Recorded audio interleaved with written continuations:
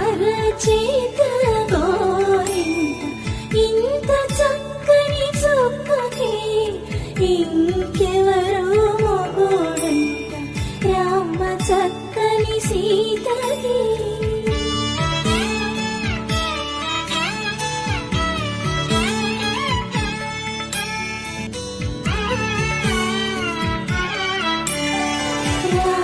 చక్కని సీతకి అరచేత గోరింట ఇంత చక్కని చుక్కకి ఇంకెవరో మొగుడంట రామ చక్కని సీతకి.